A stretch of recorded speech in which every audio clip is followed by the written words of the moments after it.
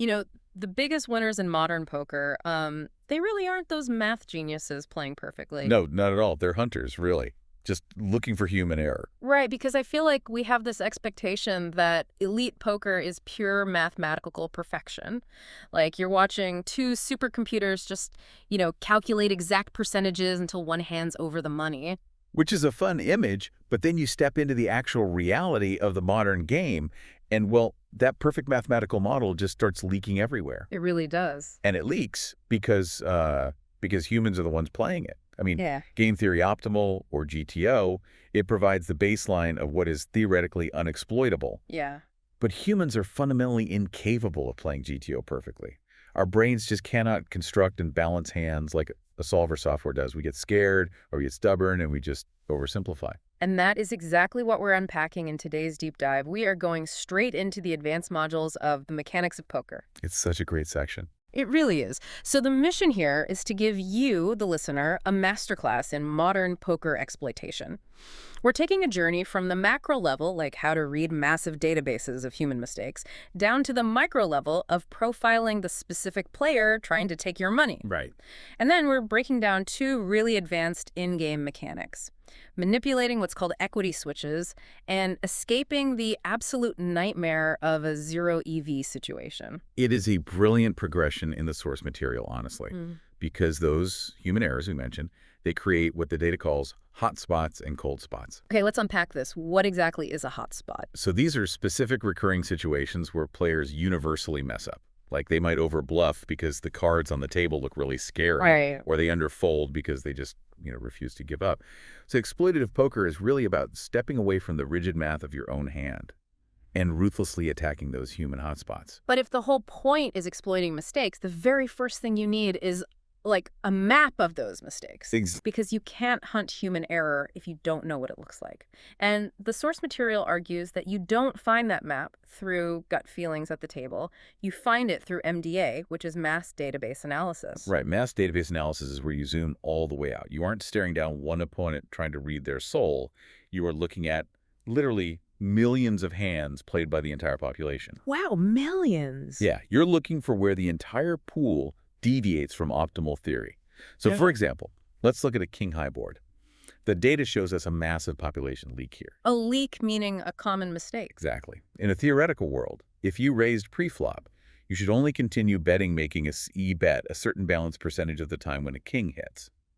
But humans see a king, remember they raised earlier, and just blindly fire a bet way too often. Just because it's mental laziness. It's like an easy button. Precisely. That's comfort. It's comfortable. But let's think about what happens to their range when they do that. And for anyone listening who isn't living in solver software, a player's range is simply the entire spectrum of possible hands they could be holding in that exact moment. Right, their whole portfolio of cards. Exactly.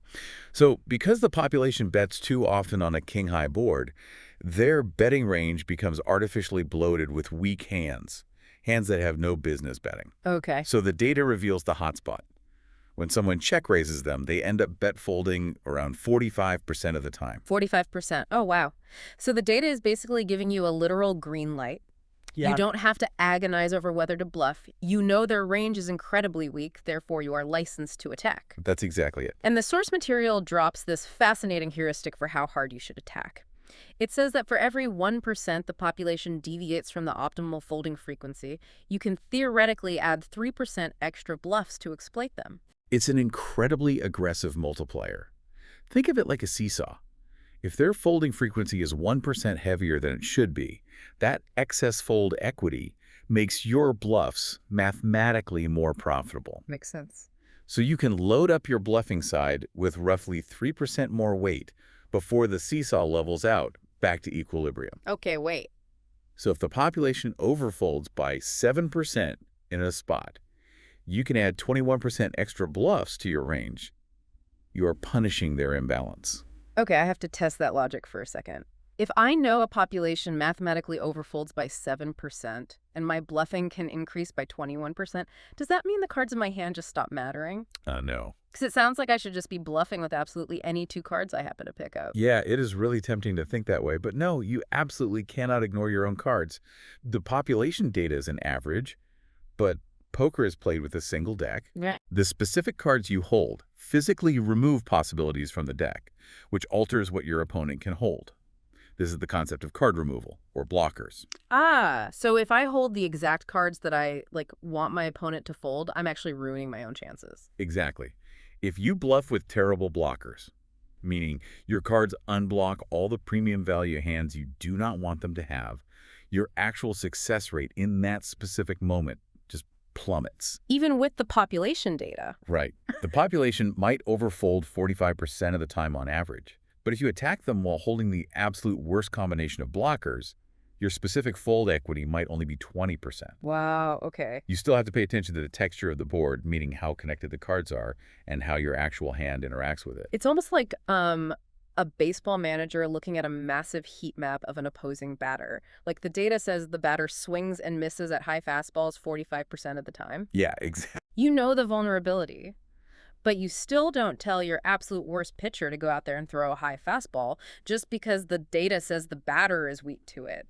You still have to execute the pitch with the right personnel. That is a brilliant way to frame it. The macro data gives you the target, but you still have to select the right weapon. Okay, so with MDA, we have the macro scouting report. But how do we know what the specific human sitting across the virtual table is going to do? Well, that's where we get to the micro. Right, like are they the type to overfold or the type who refuses to fold? That brings us to heads-up displays, or HUDs, and the art of microprofiling. Yeah, if the database tells us what the population does, the HUD tells us where the individual in front of us fits inside that population. Exactly. Are they an aggressive regular, a passive recreational player? The goal of using a HUD isn't to dictate every single micro decision you make.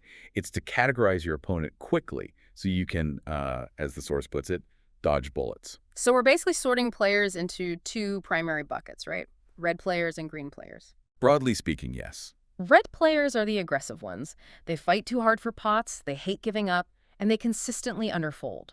While green players are the opposite. They're passive, they play a very honest game, and they significantly overfold. And knowing those simple color profiles changes your entire strategy. Take bet sizing, for instance. Okay. The source points out a universal tell against recreational players. Larger bet sizes almost always equal stronger hands. If a passive green player or a standard recreational bets 1/3 of the pot, it's often a weak hand. Right. But if they bet pot, they have a monster. So if you are holding a bluff catcher, a medium strength hand, that can only win if the opponent is bluffing, and that passive green player suddenly takes a massive aggressive line, You fold. you just fold, you dodge the bullet. You don't need a supercomputer to tell you the passive guy isn't bluffing for all his chips. Exactly. But here is where profiling gets dangerous and where players lose a ton of money. It's called the green player paradox. Okay, I really want to dig into this because it seems completely counterintuitive. We just established that green players are passive folders. Right. They fold too much pre-flop. They fold too much on the flop. The logical assumption is, great, this person loves to fold. I am just going to relentlessly bet the flop, bet the turn, and bet the river, and they will eventually give up. It's the most common trap aggressive players fall into. Yeah. Because the data shows the exact opposite happens on the river. Really? Yeah. If a green player has called your pre-flop raise, called your flop bet, and called your turn bet, they suddenly stop folding on the river. So you're saying I should actually be tighter with my bluffs on the river against a passive overfolding green player than I would be against an aggressive underfolding red player. Yes. Let me think through the mechanics of why that happens. Is it because of how their range gets filtered? You hit the nail on the head. Think about the filtering process.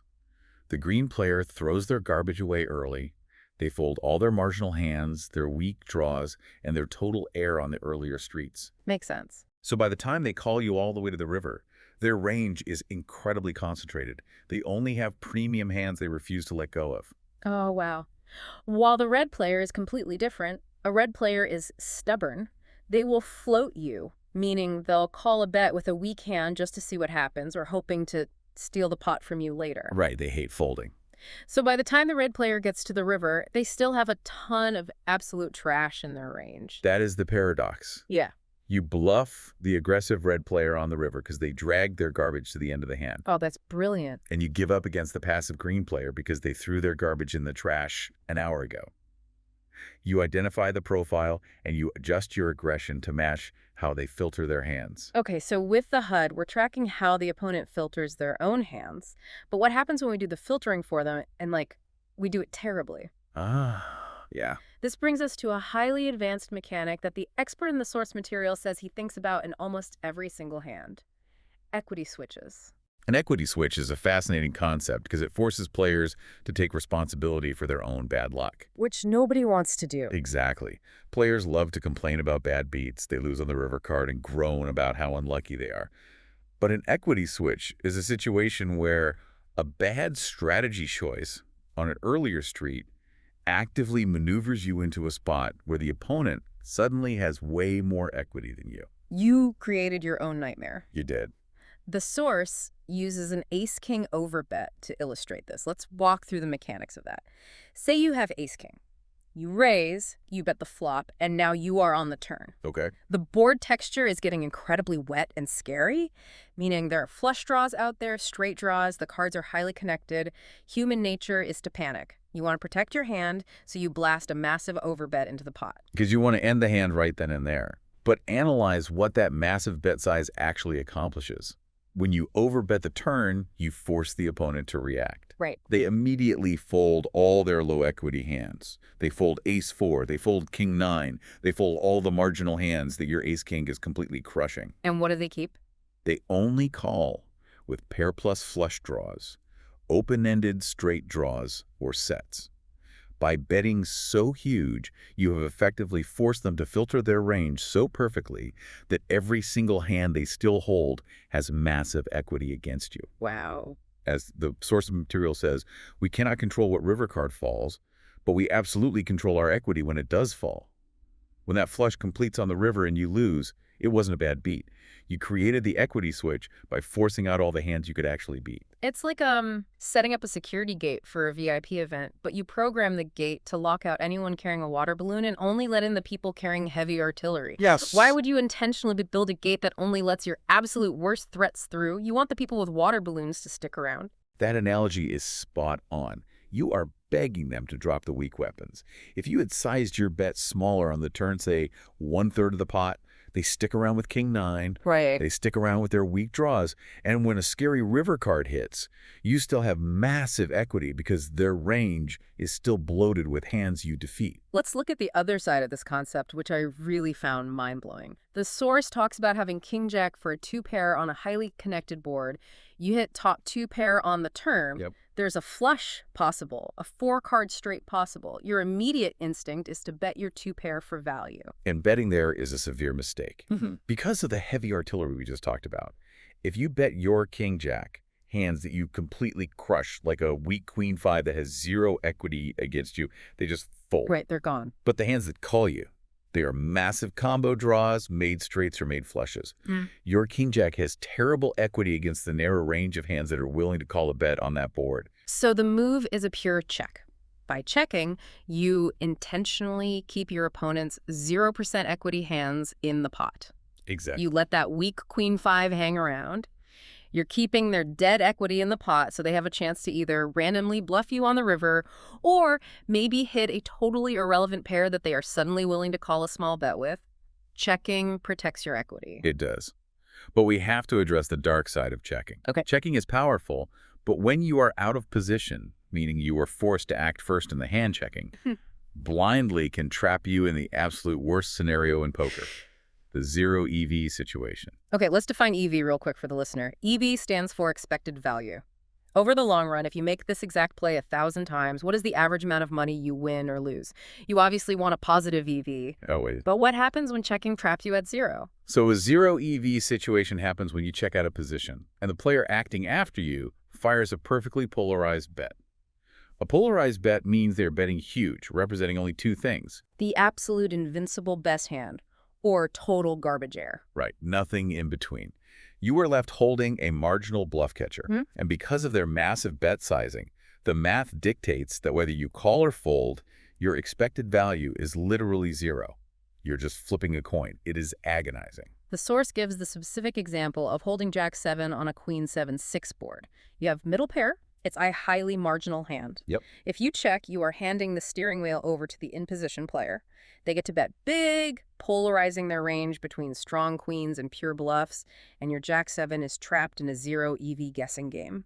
And humans despise that kind of uncertainty. Oh. So how do you escape? You have to fundamentally change how you think about betting when you act first. You have to let go of the binary mindset where you only bet huge for value or bet huge as a bluff. What do you do instead? You utilize what's called a block bet, and you merge your range. Merging your range, meaning you aren't just betting the extremes, you are blending your medium-strength hands into your betting strategy. Exactly. The source calls this the side check instead of check the side mental model. With your Jack-7, instead of checking and bracing for impact, you bet a tiny amount yourself, maybe 20% of the pot. Okay, let me pause you there. Because the immediate fear every player has is, if I have a weak middle pair like Jack-7 and I bet a tiny 20% into the pot, aren't I just putting a giant target on my back? It feels like it. Aren't I begging an aggressive player to raise me and blow me out of the water? It absolutely feels that way. But let's logically break down the mechanics. You are comparing the expected value of both choices. If you check, they bet huge, and you are trapped at zero EV. Right. But if you bet 20%, two amazing things happen. Hmm. First, you completely deny them the chance to polarize their sizing. You took the steering wheel. You set the price of poker. Oh, wow. Second, you actually get called by worse hands. Maybe they call your tiny bet with a weak 6 or just ace high. Ugh. You extract value that you never would have gotten if you had checked. But what about the raise? You still haven't solved the fear of getting raised? If they raise your 20% block bet, you simply fold. It's an incredibly easy decision. And here's the realization that unlocks the whole concept. Okay. The strong hands that raise your tiny bet, those are the exact same strong hands that were going to bet huge if you checked anyway. Oh, that makes so much sense. You lose no extra value, but you completely save yourself from the psychological torture and the zero EV coin flip of facing a polarized bet. You dictate the pace. That is brilliant. You are weaponizing a tiny bet just to force clarity into a murky situation. You're removing the variance. So bringing this all together, we started this deep dive talking about how elite poker isn't about robotic math. It's a dynamic psychological battlefield. It really is. It begins with reading the macro population data through MDA to find where humanity collectively stumbles. Yeah. Then it's zooming into the micro with your HUD, figuring out if the specific human sitting across from you is a sticky red player dragging trash to the river or a passive green player who already filtered their range. And once you know the profile, you manipulate the mechanics of the game. It's about sizing your bets perfectly to prevent equity switches, like making sure they keep those water balloons instead of forcing them to use only heavy artillery. Exactly. And it's using block bets to merge your range and escape those agonizing zero EV guessing games when you're out of position. And what is truly remarkable is how far beyond the poker table these concepts reach. You don't have to be a high-stakes professional to apply this framework to the real world. Not at all. Think about business negotiations or resolving a dispute or navigating office politics. It is entirely about calculating the expected value of your options. Exactly. It's about anticipating how people will react to the sizing of your request and knowing when you need to dodge bullets from the unpredictable red and green personalities in your own industry. I'll leave you with this final thought to mull over. Think about a recurring conflict or really tricky negotiation you're currently facing in your life. When things go sideways, are you complaining about your bad luck? Or, if you look closely at the mechanics of the argument, are you actually accidentally creating your own equity switches? Oh, wow. Are you pushing people so hard into a corner that they abandon all their minor compromises and you force them to use only their most aggressive, high-equity arguments against you? Oh, that is a really great question to ask yourself. Because if you want to win, you have to stop demanding perfection and start recognizing human errors, especially your own. Absolutely. You have to realize that the landscape is messy, the variables are endless, and the real advantage comes from knowing exactly how to navigate the murky waters. Thanks for joining us on this deep dive. We'll see you next time.